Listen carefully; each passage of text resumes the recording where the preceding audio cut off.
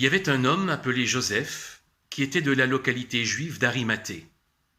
Cet homme était bon et juste et attendait la venue du règne de Dieu.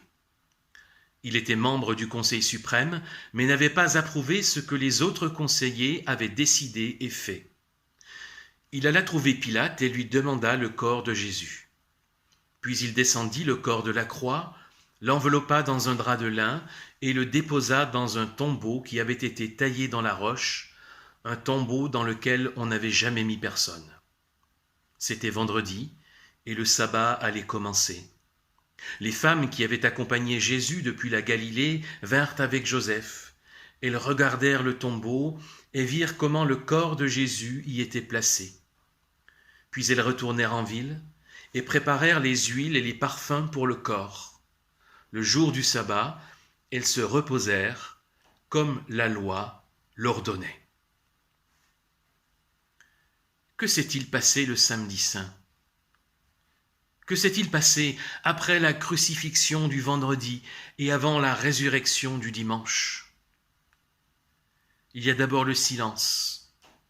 On est devant le mystère de la mort, alors on garde le silence.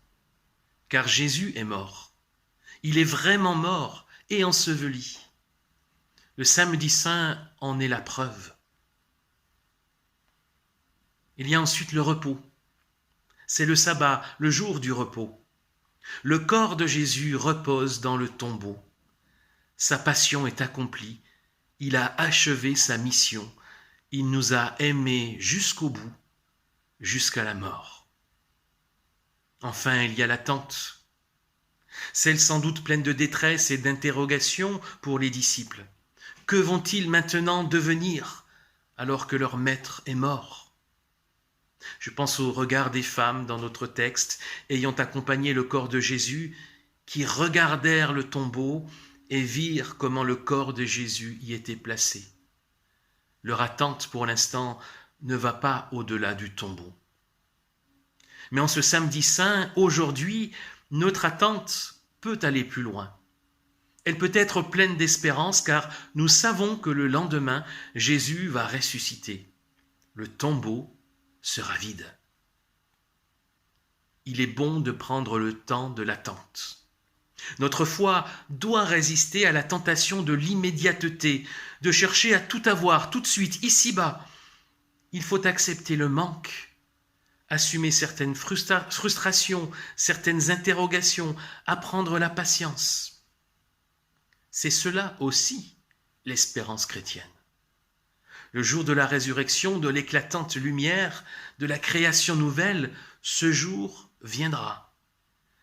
Recevons-en les prémices avec reconnaissance et attendons avec persévérance et patience l'accomplissement du royaume qui vient. Seigneur, nous sommes dans l'attente. Nous attendons ton retour. Nous attendons ton royaume qui vient, nous nous attendons à toi chaque jour. Alors garde-nous de l'impatience, préserve-nous du découragement, de la lassitude, donne-nous le repos d'une foi confiante et patiente, apprends-nous la persévérance. Et donne-nous d'accueillir avec reconnaissance les grâces que tu nous accordes dès aujourd'hui, dans l'attente du plein accomplissement de tes promesses. Amen.